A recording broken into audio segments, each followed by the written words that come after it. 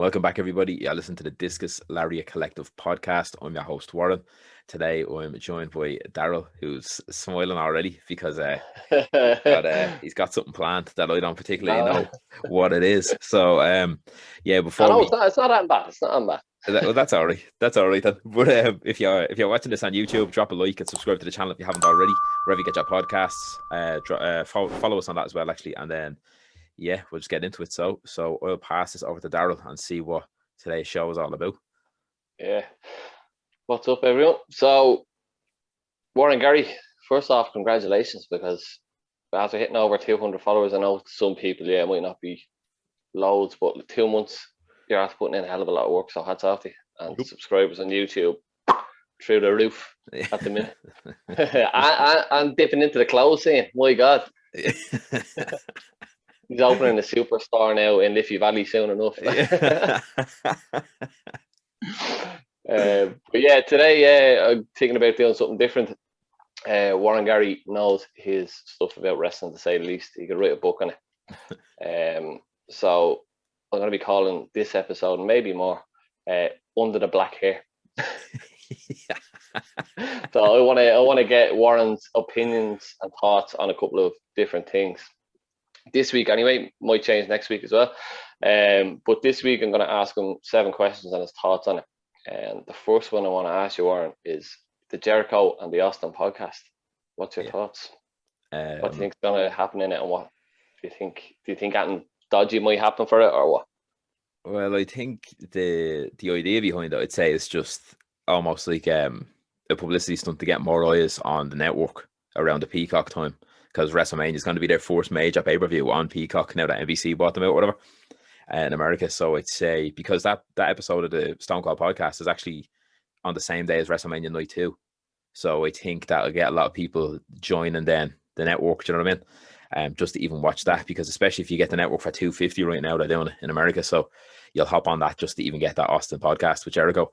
In terms of cross promotion, I'd say there's a few bits there, I'd say. I've seen Stone Cold saying, like, oh, he just text Vince and said, I have this badass idea about getting Jericho on. Is that all right? And he was like, sounds good, pal. Go for it. And then Austin was like, well, we're not too tech savvy, me and Vince. So I sent him another message. Is it okay for Jericho to be on the podcast? And Vince just sent him a thumbs up emoji back, apparently. So Proper real lad. yeah, literally, yeah. Just looking at the phone, it's like, yeah, that one there. I'd say there's a few more. There's a bit to that. I'd say maybe he turned around and said, look, you can have Jericho on it. Obviously, he's a legend in terms of what he did for WWE as well. He's been there years. Like, I'd say the only thing that's out of bounds is maybe Slate and Vince are talking a bit personally about WWE, especially on the new network now. Do you know what I mean? But I'd say it's good for both of them, like for AEW and for WWE. So do you think he'll ask him about AEW and stuff like that? Absolutely. Yeah. In depth with it, yeah. Oh yeah, I think he'll. At first, I was thinking he's gonna ask about Tony Khan as a businessman. He's gonna ask about AEW and the lads coming up there and stuff, and how it differs from WWE. I think he will touch on it. I'm not sure if they're allowed to go super in depth on it, but I think it'll be interested to hear what they say, because Austin kind of goes off the cuff on these things as well. At the end of the day, it's under his name, so it comes back on him. So I think he'll have a few things to say about AEW, like not in a bad way, but I think he'll be like, oh look, you left the big league for them, and I understand they're doing great things, but I don't think Austin sees it as a big time promotion yet. Do you know what I mean? So I think it's more just trying to get the feelers out there. Maybe Vince has some sort of ace up the sleeve as well, kind of like maybe we'll get some inside info on how Tony Khan works. Maybe he can buy them out in a year or two. Do you think Vince is worried about AEW right now, and that's why he's kind of trying to get, like you said, he wants to try and maybe figure out like what Tony Khan's like as a businessman? Do you think he's trying to figure him out now, and he's a little bit worried that like he obviously treats the superstars a lot better than what WWE seem to? Yeah, I think there's two sides of the coin. I think he's worried in a way, like, well, how come a lot of people are going to AEW and, as you said, they're getting treated a lot better. They're getting health insurance, they're getting this, that, and the other. They're getting basically whatever they want. But also Vince is a businessman for over 50 years now at this stage, so he knows full well that's not sustainable. Do you know what I mean? So I think it's mainly he wants to jump on what's hot. So like, it's like when they jumped into the whole new metal scene, getting the likes of Saliva playing entrance teams, and Limp Bizkit playing The Undertaker to a ring and stuff like that. You know what I mean? I think he just wants to jump on what's hot and kind of get that initial boost when they jump to Peacock. But I don't think it's anything big. I wouldn't say it's nothing to worry about, and I wouldn't say it's nothing bad can come from anyway. Do you know what I mean? I think it's good for both parties and kind of get more eyes on both of them. Yeah. Good.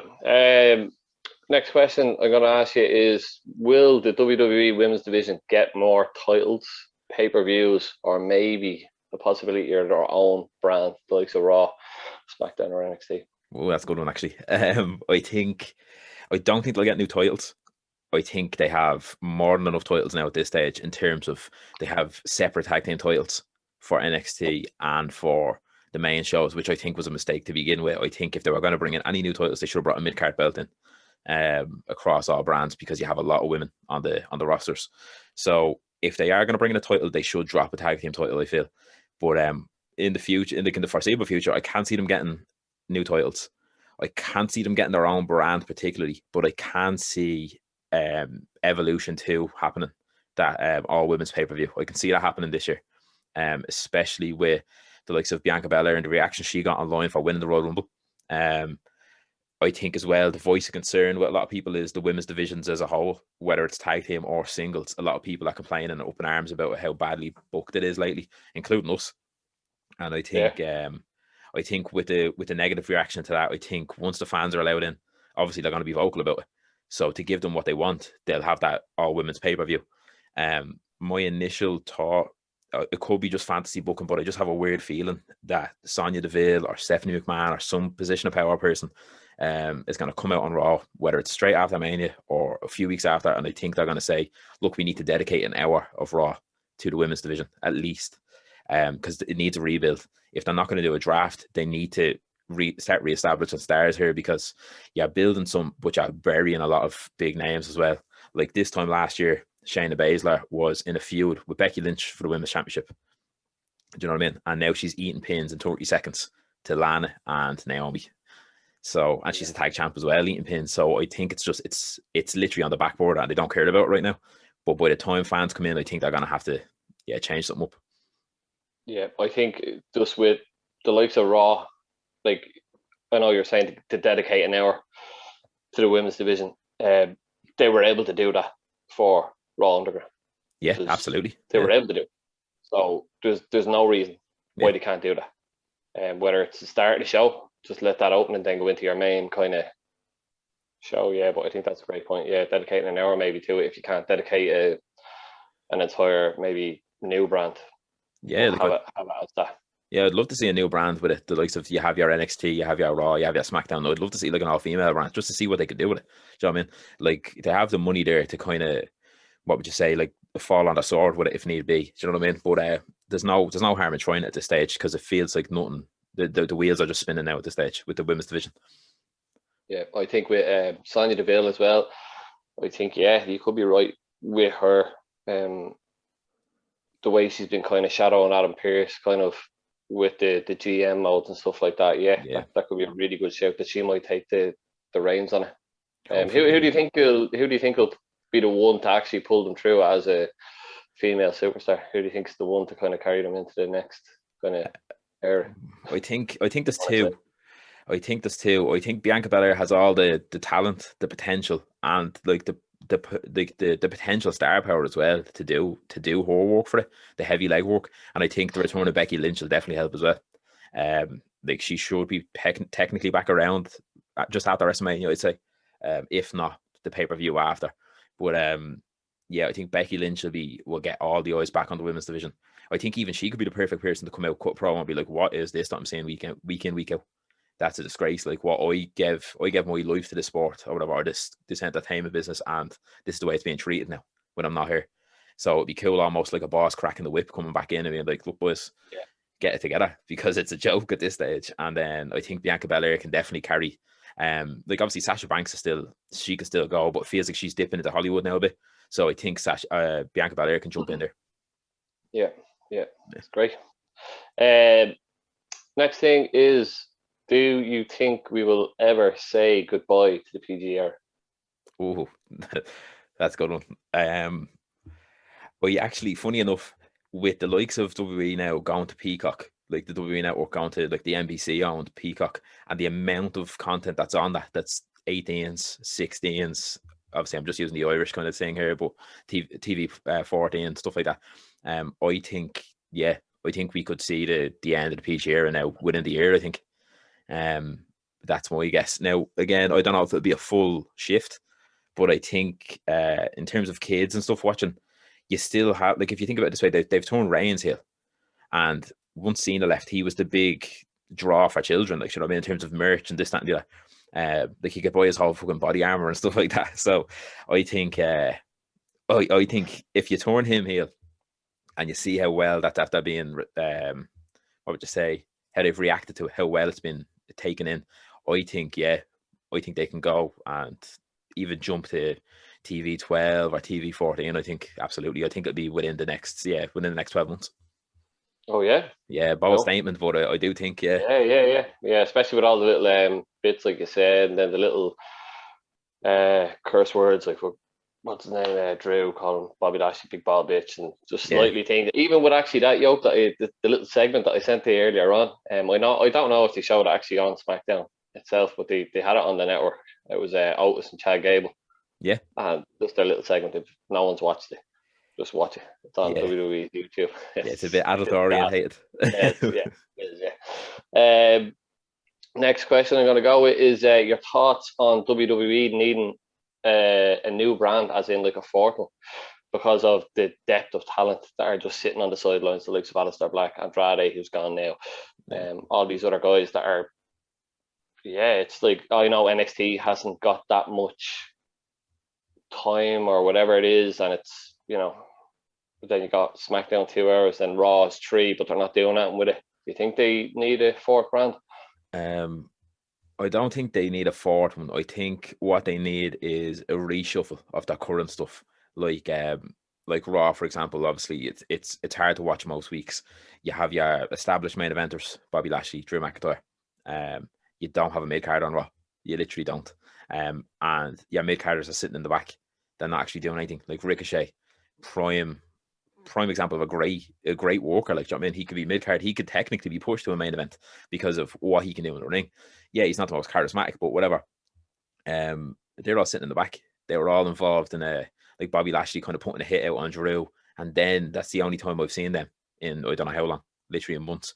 So I think they need to, like, and then you look at the mid card on SmackDown, Cesaro, Rollins, and Nakamura, Zayn, Owens. They're technically at least 4 out of 5 of them are main eventers, or they have been in the main event. So you could swap some of them, throw the likes of maybe Ricochet and also Black back to NXT, let them rebuild there, like the way Finn Balor did. Then the likes of a Finn Balor, who's done his best work of his career now on NXT. I think it's his time to come back up now and show what you could do on the main roster again. Because now that he's kind of over injuries, he has like more solid mic work now. He can fit in on any brand. So I think if they just reshuffled a bit, they wouldn't need to kind of pull the trigger on the whole brand. Especially like they have the NXT UK as well, the little splinter off of NXT. Then they have 205 Live is still going, only ever has 2 matches a night. Again, it doesn't really showcase much talent. Not many people watch it. But at the same time, though, with all them, I think once you rejig your rosters, you could actually have 3 solid, really good shows, and then NXT UK and 205 Live kind of flanking that. Kind of like, oh, do you know what? I'm not interested in watching NXT this week. Do you know what? I'll throw on UK. You might see the likes of Walter and something like that. Do you know what I mean? You'll see some good matches. But I think, they just need to reshuffle the rosters, I think, and they'll be all right. Yeah, all right. Next question is going to be, do you think that anybody will begin another new company, seeing how successful AEW was? Especially what I'm thinking of is, say, the likes of The Rock, who's bought the XFL, which is a really, really bold move. After failing twice, he's after buying it.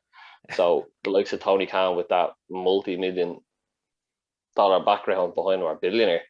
Yeah. And do you think anybody else will? I know, like Saudi Arabia's and all, they have all these sheiks. Do you think anybody will buy into another company maybe going forward, maybe in the next 10 years or 5 years or whatever? Yeah, I think that could be. Yeah, I think now it's a very exciting time to be a wrestling fan. I think the past year or so, maybe even 2 years, has been really exciting to be a wrestling fan. With the likes of obviously the addition of AEW, with the likes of obviously WWE, a lot of people say they poach talent from the indies, which they do. But again, they do showcase them on a bigger stage if they are used, that is. But I think now, and then if you look at the likes of, say, OTT in Ireland, the Premier Irish promotion, they have their own version of a network now as well.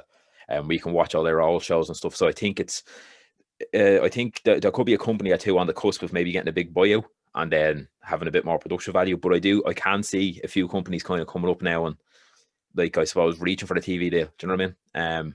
World of Sport tried it there recently, I think it was 2 years ago, on UTV and stuff like that, whatever, in England. Didn't take off as well as they want, but again, they didn't really have any draws, you know what I mean, not big stars on it. But I think with the likes of like some of the indie guys now, if you look at Andrade, for example, he's gone. He's technically an indie guy now. If you got him on your show and then you end up securing even a 1 year TV deal, I think you could have something there. But obviously it won't be at the level of WWE, of course, or AEW, I don't think. I think with Tony Khan, he has more of a knowledge of the business. Whereas if someone like some random billionaire who didn't know much about it just kind of bought in and got all the big guys, like bringing all legends in and stuff, I think it could fall flat. But I think you might see another company come up in the next 5 years. Nice, exciting times. Yeah, it is. Yeah. On to the next one. I've just seen it being floating around the internet. I'm sure it's gone around the last couple of years, but with the big build up to Mania, we have Hulk Hogan making an appearance on it and stuff like that. Double or Nothing won't be too far away, I don't think, or All In or whatever it is. But do you think the likes of CM Punk might return now with fans being able to come back in? Do you think he'll return to either maybe at Mania, post Mania, or on AEW's kind of high-sided pay-per-views? Yeah, that's a class question, in fairness, because everyone, I think about it pretty much fucking weekly at least, I think, and it'd be something small. He'd like something on Twitter, and you're like, oh, maybe. I do think he'll make a return, as Steve Austin said 1,000,001 times, once them bills come in, and you realize, you're not getting that kind of paycheck that you used to get. I mean, traveling the roads, I think, you do. You want to get back in it again. I think, obviously, if CM Punk does come back, it'll only be to WWE. I think so, yeah. Yeah, I'd love to see him, don't get me wrong, in AEW, but I feel, although he does have a few choice words about WWE back in the day and stuff, I feel like he is very loyal as a person as well. So I feel like he'd jump back in and be like, well, if it wasn't for you, I wouldn't be who I am. Do you know what I mean? So I feel he'd only ever go back to WWE, and then even one more run, and then he might jump ship to AEW. But I think if he ever is going to come back for that giant payday, that big pop, you want it at WWE. And I can see him coming back this year, to be honest. Yeah, I do. I can see him coming back, but I know you're saying there at WWE, but with him saying he would come back, he's not closed about wanting to come back. He is open to come back, but obviously, it has to be right for the right money. That's fine.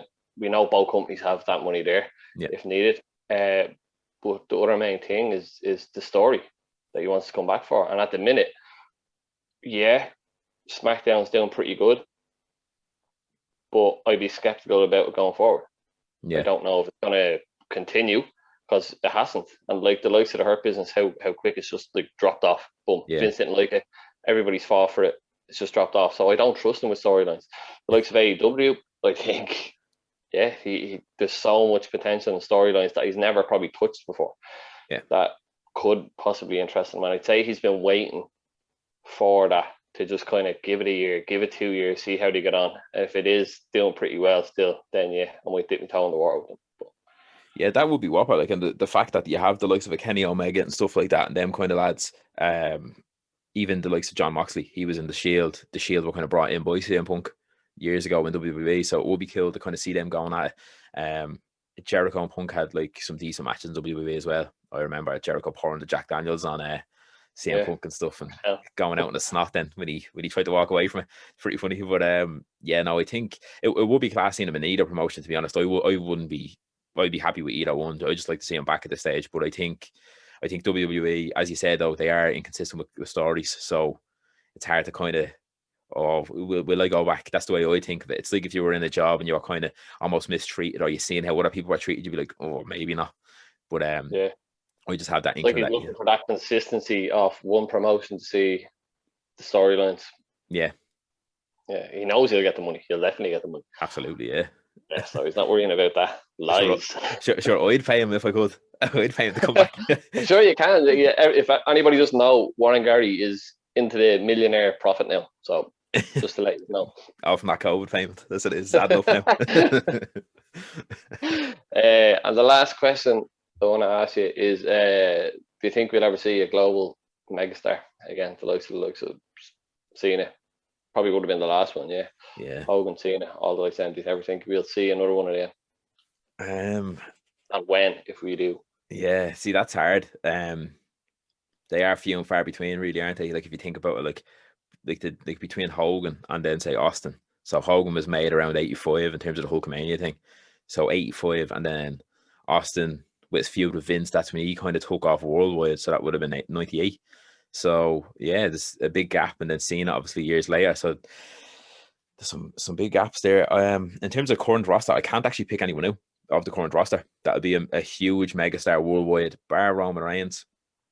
Again, though, I feel like wrestling doesn't have that pull anymore. Like, don't get me wrong, as I said, it's exciting to be a wrestling fan, and it's almost like acceptable to be a wrestling fan nowadays. Whereas if you were thinking, say, back around 02, 03, 04, even 05, you'd almost, if you were in school, say, like, oh, yeah, we don't watch that. Do you know what I mean? You would push it to the side because of some of the shit you see on the telly, you're like, oh, that's just ridiculous. Do you know what I mean? Nowadays, obviously, when you're older, you can have a laugh about it. But I mean, when you're younger, and it's the younger generations that need to kind of consistently watch it to make a star. So whatever about us watching Raw every week and staying up to fucking whatever o'clock in the morning and talking shit about the women's division, that's not going to help. But yeah, I think there will be one more megastar that we'll see in our lifetime. I think. In terms of where the business is now, obviously there's a lot of eyes on it. But if you look at, say, just look at ratings, say Raw pulls in nearly 2 million a week, about 1.8 million. Same with SmackDown roughly. But then you look back to, say, when Austin and Rock were there, you were looking at 4 to 5 million weekly. So that's how you build a megastar. Cena obviously was the exception because he was consistently there and consistently wrestling. Nowadays on the likes of a Raw or SmackDown, you won't see Reigns wrestle every week. You'll see him have a Savage pay-per-view match, but you won't see him every week. I do think he's probably the top guy to be a megastar, unless if CM Punk does show up again and they end up building him into an absolute monster, like merch machine, this, that, and the other, give him everything he wants. Like, I remember he used to want the ice cream bars, he wanted the t-shirts, this, that, and the other. If you can get that all on someone early, I think you can make a megastar. But as of right now, it only looks like Reigns, and I say it'll be another few years, maybe 5 years. Do you think they need to step out of the PG era to be able to make a megastar? Absolutely, yeah. You can't make a megastar in the PG era, I don't think. I know obviously Cena is slightly the exception, but even at that, he was kind of, I suppose, born and bred.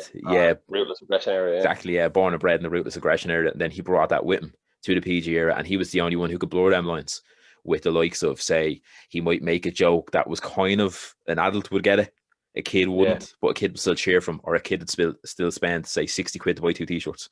Do you know what I mean? So stuff like that. Light colour t-shirts. Exactly, yeah. So I think, the only one that looks likely is Reigns, and I'd say probably in about 5 years' time, if he's consistently booked now like that, like the way Cena was. But yeah, that's my answer on that. Yeah. There you go. That's me done for today. So.